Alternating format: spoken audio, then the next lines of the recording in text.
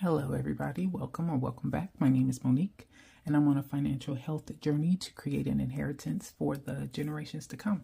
And I want to do that through consistency and discipline. So today we are here to do a bi-weekly budget check-in for the last 2 weeks of December. So I run my variable expense week from a Friday to a Thursday, and it covers, the 2 weeks cover a particular pay period. So today is Friday, December the 29th. So I got paid today.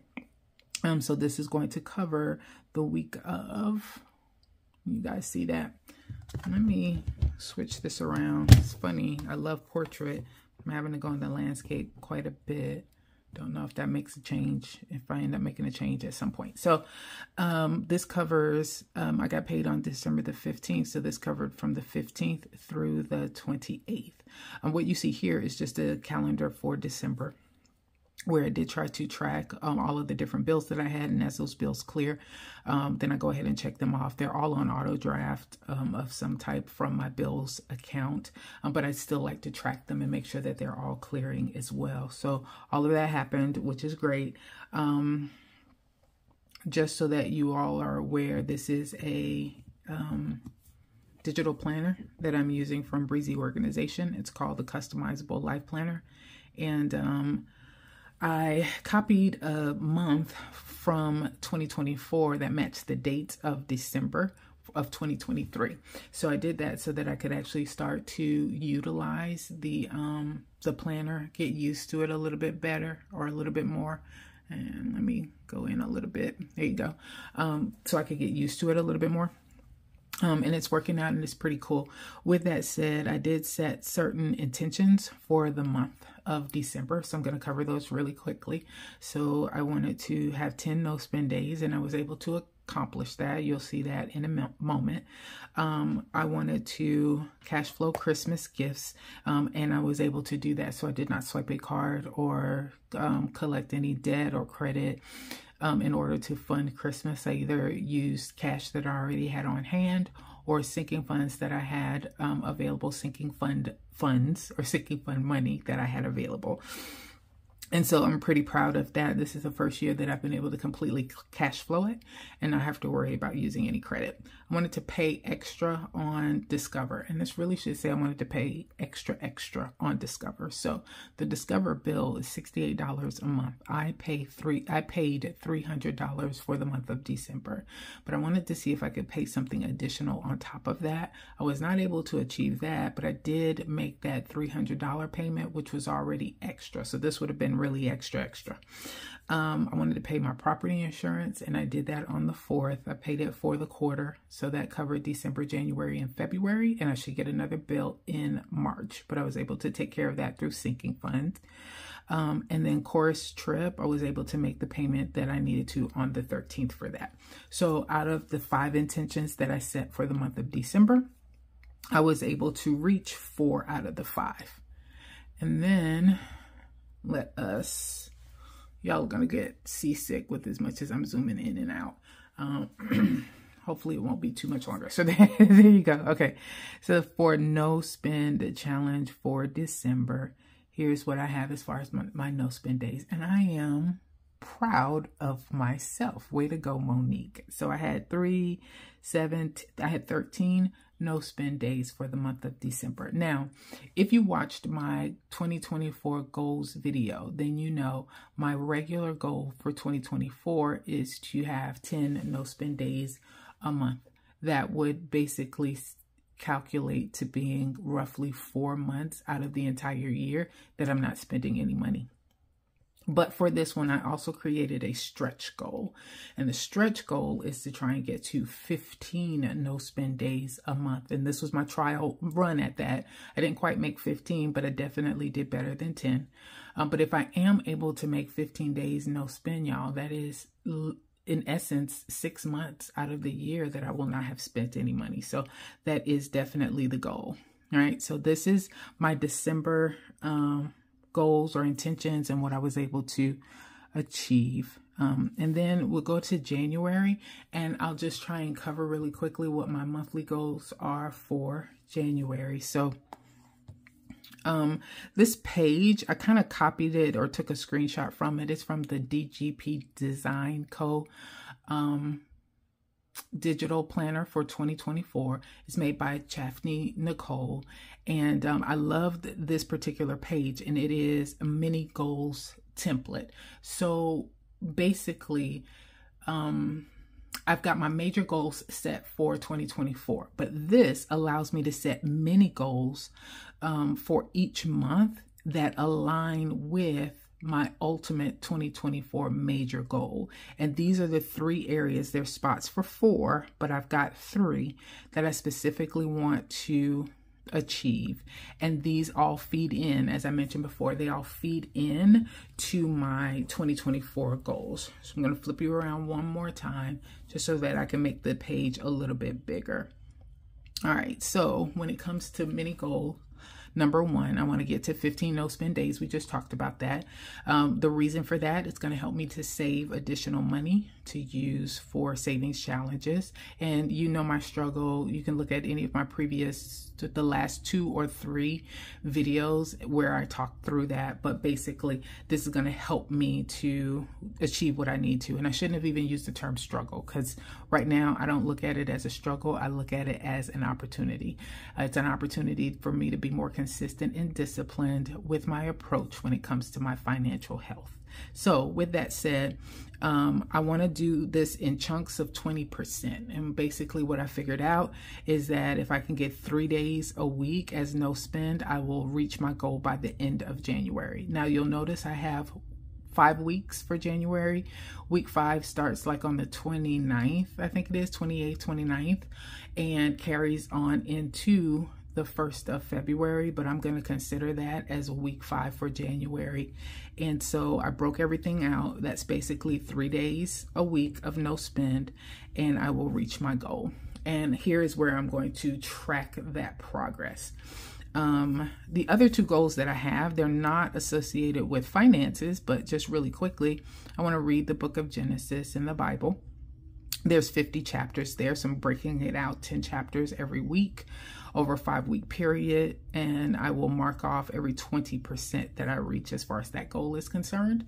And then I want to work out 3 times a week, and the reason for that is I want to be more responsible about taking care of my body. It is a temple, and that translates into 3 days every single week. And so by week 5, I should have received my or reached that goal. So there you go. So those are my goals for the month of January. Next, let's look at the actual budget. So for my variable spending, let's say, here you go. Alrighty, so I do this quick little template for each week. So I will cover 2 weeks. The first week I go ahead and add up all of the numbers and have those already documented, because for week 1, I still wanted to move forward with my plan to pull any extra money out of my variable expense account so that I can use that for savings challenges. And so I was able to do that for week 1. I knew after I received the news on how things were going to change as far as my income was concerned over the next couple of paychecks, I decided that I did not want to do that for week 2. So we will cover those numbers separately, but I already took care of those numbers for week 1. So week 1 covers December 15th through the 21st, for groceries.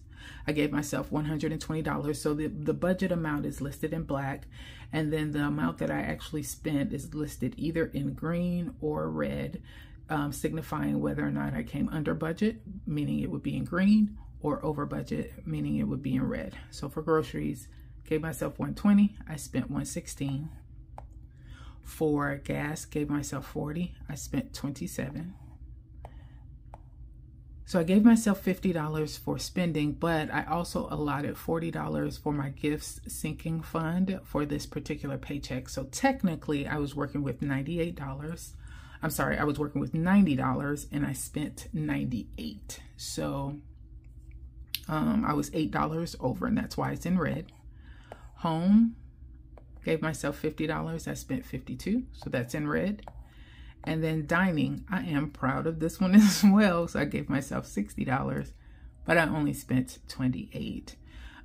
So let's add those up. So first, I'm going to add the numbers in black. That should total $320. So 120 plus 40 plus, I'm just going to do 50 here. 50 and 60 equals $320. And then I'll add that extra 40 in there.